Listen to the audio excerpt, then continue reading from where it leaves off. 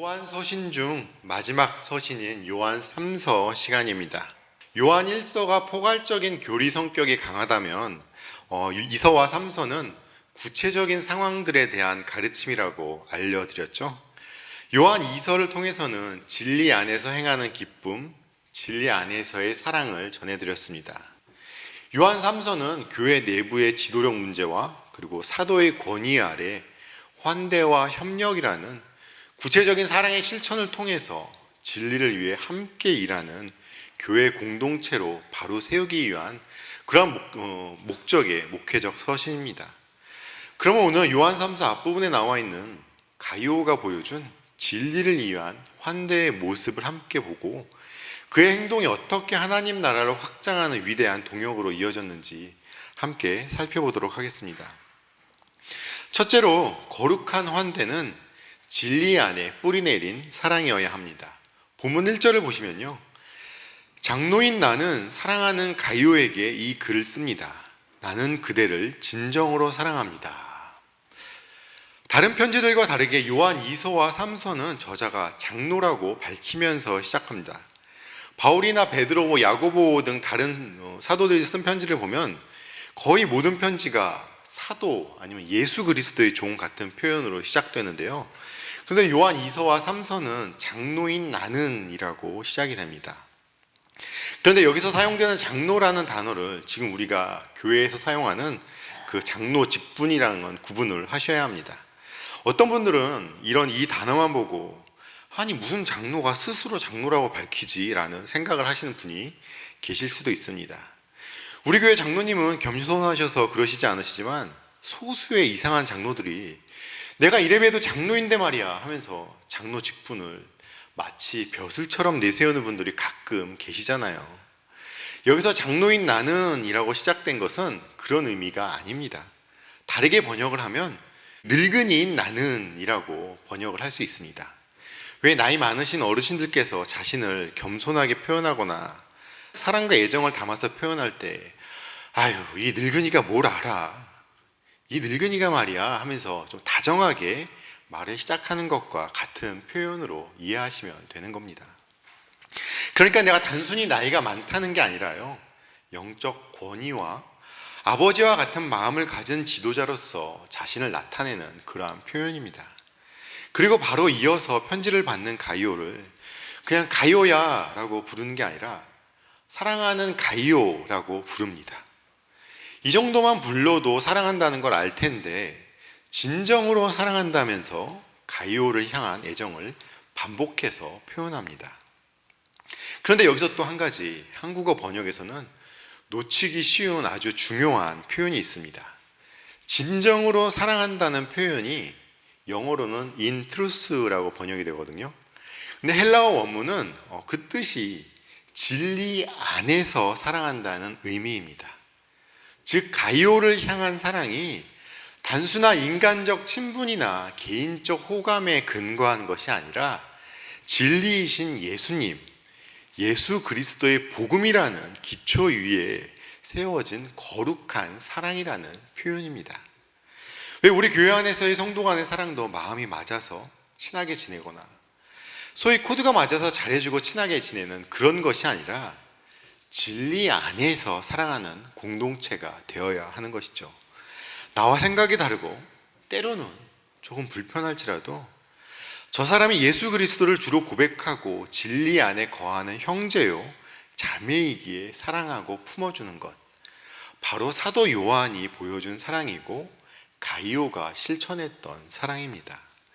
요한은 이 진리 안에서 사랑하는 가이오를 위해 축복하며 기도합니다. 2절은 우리 성도님들이 많이 들어보신 구절일 거예요. 2절 말씀을 보면요, 사랑하는 이여 나는 그대의 영혼이 평안함과 같이 그대에게 모든 일이 잘 되고 그대가 건강하기를 빕니다. 그런데 이 기도에 우리에게 필요한 것의 우선순위를 지금 명확하게 보여주고 있죠. 요한은 가이오의 영혼의 평안함이 있다는 것을 이미 알았고 그것을 기준으로 그의 모든 것이 잘 되고 육체의 건강까지 잘 되기를 기도하고 있습니다. 이 기도는 영적인 것과 육적인 것의 우선순위를 명확하게 보여주고 있는 것이죠. 그렇다면 오늘 주인공인 가이오의 영혼은 어떻게 해서 잘 될 수 있었을까요? 조금 이따 3절 말씀을 보시면 알 수 있는데요, 가이오는 바로 진리 안에서 살아갔기 때문입니다. 그의 영혼은 하나님 진리의 말씀을 통해 건강하고 풍성했던 것입니다. 그리고 그 건강한 영혼이 자연스럽게 아름다운 열매를 맺은 것입니다. 우리의 환대와 섬김이 어디서부터 시작되어야 하는지 아시겠나요? 어떤 프로그램이나 아니면 내가 섬겨야 한다든지 또 교회에서 봉사해야 한다는 의무감이나 강요에서 시작되는 것이 아닙니다. 먼저 내 영혼이 진리이신 주님의 말씀 안에서 잘 되어야 합니다. 내가 먼저 하나님 안에 머물러 있어야 합니다. 내 영혼이 하나님과의 깊은 교제 속에 머물러 있을 때 우리 삶은 자연스럽게 내 옆에 형제 자매나 불신자들을 향한 거룩한 환대와 사랑이 흘러갈 수 있는 것입니다. 우리 성도님들 이웃 사랑하시고 섬기고 환대하셔야 합니다. 하지만 그 전에 예수님께 붙어 있으려는 노력을 먼저 하셔야 합니다. 예수님 안에 머물지 않는 환대와 섬김은 사랑이 아니라 자기 의나 자기 만족에 지나지 않습니다. 내가 저 사람한테 이렇게까지 잘해줬는데 어떻게 저럴 수 있지? 혹시라도 이런 생각을 하신다면 그건 예수님에게서 흘러나온 사랑이 아니라 자기를 드러내기 위한 섬김이었을 수 있습니다. 개인적인 호의나 내가 이만큼 섬긴다는 자랑이 아니라 우리 성도님들은 가이오처럼 예수님의 사랑과 진리 안에서 다른 사람들을 환영하고 돌보는 삶으로 부름받은 것입니다. 이 부르심에 응답하기 위해서 무엇보다 먼저 우리 영혼이 주님 안에서 잘 되기를 힘쓰시는 저와 성도님들이 되셔야 합니다. 둘째로 믿음을 행동으로 증명하는 삶을 사셔야 합니다. 사도 요한이 가장 기뻐하는 일이 무엇인지 분명하게 말합니다. 3절 말씀을 보시면요, 신도들 몇이 와서 그대가 진리 안에서 살아가는 모습 그대로 그대의 진실성을 증언해 주는 것을 듣고 나는 매우 기뻐했습니다. 그것은 바로 자신의 영적 자녀들이 진리 안에서 살아가는 모습을, 그 소식을 듣고 기뻐한 것입니다. 요한 2서 4절 말씀에도 나왔던 표현이죠. 살아간다는 것은 진리를 머리로만 아는 것이 아니라 삶의 모든 순간에 그 진리를 따라 살아가는 것을 의미합니다. 그러면 요한이 이토록 기뻐하는 가이오의 진리 안에서 살아갔던 모습은 구체적으로 어떻게 나타났을까요? 그 5절 말씀에 나옵니다. 사랑하는 이여, 그대가 신도들을, 더욱이 낯선 신도들을 섬기는 일은 무엇이나 충성스럽게 하고 있습니다. 가이오의 믿음은 낯선 신도들, 다른 말로 낯선 형제들이거든요. 그들을 향한 환대로 증명이 된 것이죠. 여기서 낯선 신도들은 복음 전파를 위해 나선 선교사들을 의미합니다. 이 선교사들은 이방 사람들에게서는 아무것도 받지 않고 그리스도의 이름을 전했기 때문에 성도들이 그들을 돌보아 주어야 했습니다. 가이오에게 이들은 일면식도 없는 낯선 사람들이었죠. 하지만 가이오는 그들이 형제라는 사실, 즉 예수 그리스도 진리 안에서 한 가족이라는 사실, 그것 하나만으로 그들을 기꺼이 영접하고 섬겼던 것입니다. 오늘날 우리에게 나그네 된 형제들이라고 하면 우리 교회에서 후원하는 선교사님들일 수 있겠죠. 조금 더 나아가면은 우리 교회에 처음 방문하는 새 신자일 수 있고, 어쩌면 우리 주변에 복음이 필요한 영혼들, 또는 아직 주님을 알지 못하고 세상 속에서 방황하고 있는 나그네 같은 이웃들일 수 있습니다.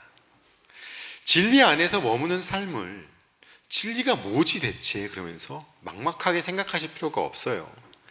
진리 안에서 살아가는 삶은 바로 내 주위에 나그네 된 형제들을 영접하고 그들의 필요에 구체적인 행동으로 나타나는 겁니다. 말로만 사랑한다고 진리를 외치는 게 아니라 우리의 시간과 물질 그리고 마음을 열어서 나그네를 대접하는 구체적인 순종의 삶을 살아갈 때 우리의 믿음이 살아있음을 증명하는 것이고 그것이 바로 하나님께 큰 기쁨을 드리는 삶이 되는 것입니다. 세 번째로 복음의 동역자가 되는 길을 가셔야 합니다. 6절 말씀입니다. 그들은 교회의 회중 앞에서 그대의 사랑을 증언하였습니다. 그대가 하나님이 보시기에 합당하게 그들을 잘 보살펴서 보내는 것은 잘하는 일입니다.